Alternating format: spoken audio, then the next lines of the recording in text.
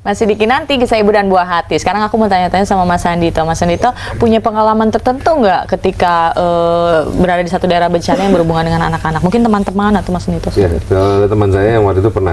Dia ada seorang anak yang memang. Di mana ini, Mas? Dia di Aceh. Di Aceh waktu tsunami. Saya cuma dengar dari ceritanya dia. Jadi memang ada foto-fotonya juga. Jadi sangat dekat dia dengan anak itu. Satu orang anak ini? Iya, jadi semua keluarga ini sudah hilang semua. Jadi teman saya ini sangat dekat, jadi dia sudah menjadi kayak seperti bapaknya anak itu. Nah kebetulan pada saat waktunya dia sudah harus pulang, dan itu anak nggak mau lepas, dan akhirnya? dia juga nggak pengen bawa anak itu karena memang anak itu sudah memang adanya di daerah sana, ya dia tidak akan mau. Punya masih ada saudara-saudaranya juga? Nggak ada. Oh, nggak ada sama sekali. Jadi seorang akhirnya diri lah ya. Solusinya dia stay dulu di sana sampai anak itu bisa lepas, baru dia pulang. Usianya berapa tahun? 10 tahun waktu itu. 10 tahun udah cukup besar tapi masih anak-anak juga ya? Iya, tapi cukup bikin ini juga ya, karena itu harus, dia traumanya dalam karena kedua-duanya berat ya. Iya, menurut cerita anaknya itu dia melihat orang tuanya hilang di depan dia gitu. Jadi ya itu yang sulit. Itu bisa digolongkan oleh trauma juga. Yang tadi durasi waktunya dan apakah itu mengganggu fungsi dia keseharian. Misalnya dia jadi nggak mau ke sekolah, dia masih tetap kepikiran mimpi buruk itu, sulit berkonsentrasi, susah tidur jadinya kayak gitu. Jadi memang sangat tergantung sih, harus lihat kondisi anak itu juga seperti apa gitu. Tapi itu yang tadi memang penting, kita sebagai relawan atau pemberi bantuan kita harus berhati-hati jangan sampai menciptakan ketergantungan itu ya, karena kita tahu kita hanya sementara gitu. Justru kita harus memperkuat apa yang ada potensi yang ada di daerah itu. Jadi ketika kita tinggal pun mereka tetap bisa berjalan dengan baik, mandiri. Itu yang mandiri dan mereka terlibat sendiri. Iya, terlibat. Pada saat kita harus ditarik, ya kita tidak ada beban apa-apa. Kasihan mereka kalau soal psikologis. Karena kita hanya sementara. Karena jangan sampai kita membuat masalah baru kan dengan mereka kehilangan kita jadi membawa masalah baru. Kasihan. Apalagi kalau anak-anak kalau udah down gitu susah untuk kembalikan semangatnya lagi. Oke, untuk anak yang trauma kalau tidak cepat diobati, apa yang jangka panjang yang akan terjadi? Sebenarnya juga ada istilahnya namanya delay reaction. Jadi mungkin memang tidak terlihat saat itu gitu, karena kan tampaknya masih ceria aja atau apa, tapi bisa juga 6 bulan kemudian misalnya baru muncul tuh mungkin sekali, atau misalnya ketika dewasa dia misalnya ada satu kejadian yang mengingatkan kembali akan peristiwa itu. Betul. Misalnya saat dia sedang berlibur terus dia tiba-tiba melihat ombak atau apa di tsunami. Ya, terus dia langsung kayak atau suara. Ya, jadi ada tanda-tanda yang mengingatkan dia bisa langsung mengalami retraumatisasi lagi. Jadi itu ada satu bagian yang terekam di otak sih, di pikiran. Jadi ingatan itu seperti flashback ya. Jadi kayak memori itu seperti film yang terus berjalan lagi gitu. Dan makanya memang butuh terapi khusus sih untuk itu, dan memang penanganannya tidak mudah gitu. Butuh waktu, butuh kesabaran juga, butuh dukungan juga dari keluarga, dari orang-orang terdekat, dari sekolah, semua pihak. Itu yang kita sebutnya psikososial jadinya. Jadi pemulihan individu tidak hanya oleh diri dia sendiri, tapi sosial itu mempengaruhi, kayak tempat tinggalnya dia bagaimana, apakah sudah aman atau belum, itu mempengaruhi. Terus nutrisinya juga, makanannya bagaimana, kebutuhan dasar dia itu akan mempengaruhi dia. Jadi sebenarnya kerjasama juga dengan relawan, dengan semuanya. Jadi itu mempengaruhi psikologis seseorang juga.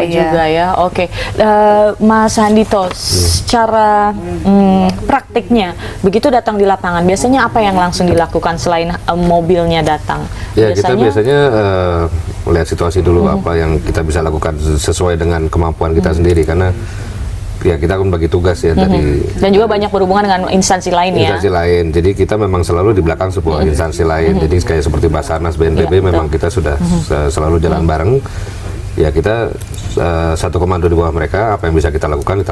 Jadi sambil melihat situasi yang sekeliling itu apakah bisa menjadi potensi bencana baru, seperti kayak waktu itu Merapi meletus terakhir itu erupsi kan, ada lagi bencana susulannya ada lagi itu banjir bandang dari lahar dingin itu. Nah, kebetulan tim kita juga yang menemukan itu, bahwa kita yang survei dengan Polda Jogja waktu itu, dengan Kapolda, dengan kebetulan dari komunitas IOF yang di Jogja juga, dan ada teman-teman dari motor truk, kita survei di atas untuk mapping itu material lahar yang ada di atas itu yang berpotensi menjadi bencana baru, karena kalau begitu hujan itu material segitu banyak akan akan menjadi sebuah bencana baru, dan kita pengennya bersiap-siap kalau memang ini terjadi harus apa. Sudah siaga, betul. Gitu. Jadi apapun lah, kita lebih baik bersiap. Mungkin kayak orang Parno orang bilangnya, cuman iya, siaga bencana. Siaga bencana. Ya, itu jauh lebih penting. Iya. Ya, kan kita nggak bisa santai yang kata tadi Mas kalau Handito kita nggak bisa hitungan menggantungkan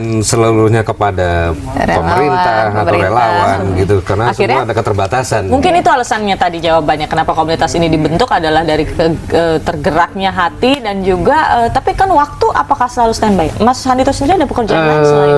Ya ada pekerjaan lain, cuman kalau untuk itu kita coba siapkan waktu, jadi kita bisa rolling. Kalau misalnya misalnya saya sudah waktunya habis, saya kembali lagi, karena kalau kita kan memang relawan ya dengan ini sendiri. Mas Handito, begitu sampai di daerah lokasi yang biasa dilakukan kan bersama dengan tim medis pasti ya, ada satu terkadang tim medis. Bareng. Nah sebenarnya yang perlu di healing itu tadi, yang perlu disembuhkan dulu, sebenarnya yang lebih penting mana, psikis atau fisiknya dulu? Tergantung kondisi ya. Kalau kita lihatnya tergantung kondisi. Kalau misalnya kejadian ya kayak misalnya gempa bumi, orang terluka gitu, biasanya diobati dulu, baru nanti kemudian sisanya kita bagian yang lebih itu ya. Psikososial yang sudah saya bilang. Jadi semuanya terkait gitu.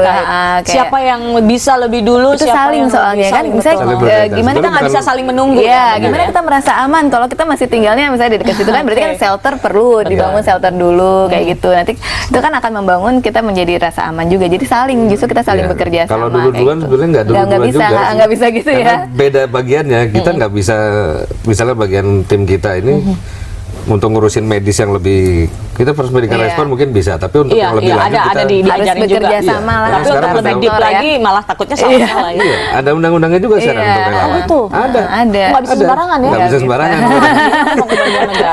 Ada itu. Jadi kita memang sesuai aturan lah. Sesuai aturan itu memang lebih baik, lebih baik. Jadi bukannya aturan itu untuk malah mempersulit, tapi sesuai koridornya aja ya, biar jadi memang baik bagiannya yang medis, bagiannya trauma healing, bagiannya psikologi atau apa, itu kerjasamanya harus bareng. Oke, Mbak Neta, nanti aku pengen tahu kira-kira layanan apa yang sesuai untuk anak ya, dari sisi psikolog pasti ya. Udah, aku break dulu lagi. Kita masih punya ya sekitar 10 menit ngobrol-ngobrol. Yang harus pada diminum lagi ya Mas. Nah, kita break dulu, nanti akan segera kembali.